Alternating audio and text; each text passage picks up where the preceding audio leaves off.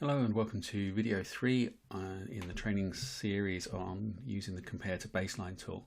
So we are now going to be looking at actually entering the source data, the data which will be used for the calculations.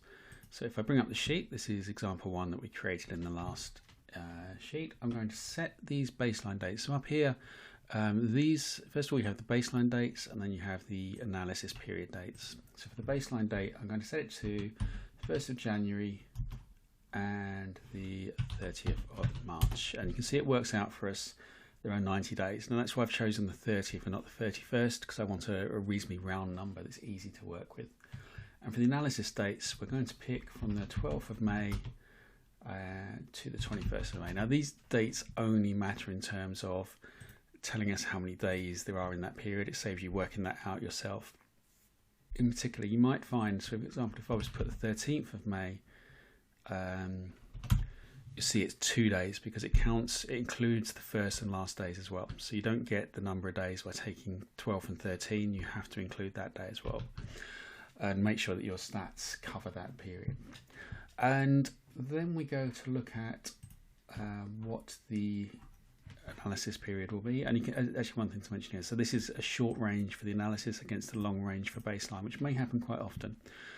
Because you may be dealing with adverts over a relatively short period of time, and that's fine, but really try and make your baseline as long as you can while still keeping it clean.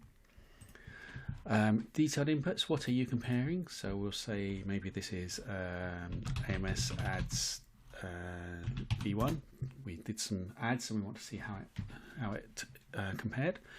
Downloads over the baseline periods, we'll say we had 1,000 downloads.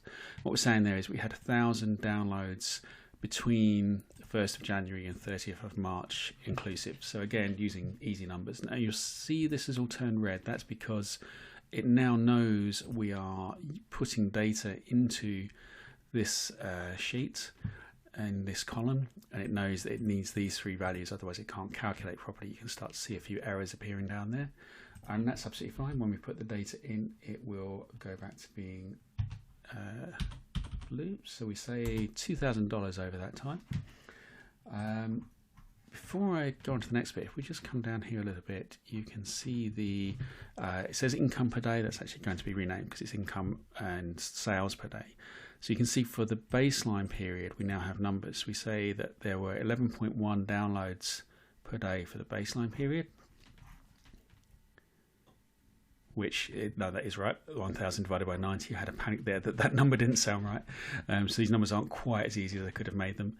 And $22.22 was the average per day in terms of royalties. And those will then be used to calculate the values at the end. But we'll go on to that in the next video. And then if we say in the analysis period we had 300 downloads and $400 in royalties. Now, I will get into what that actually means in the next sheet. I'm going to stop it here because otherwise I'll start doing half of the training for the next sheet, and I do want to keep them, the next video, and I want to keep those separate. So please join me again for video 4.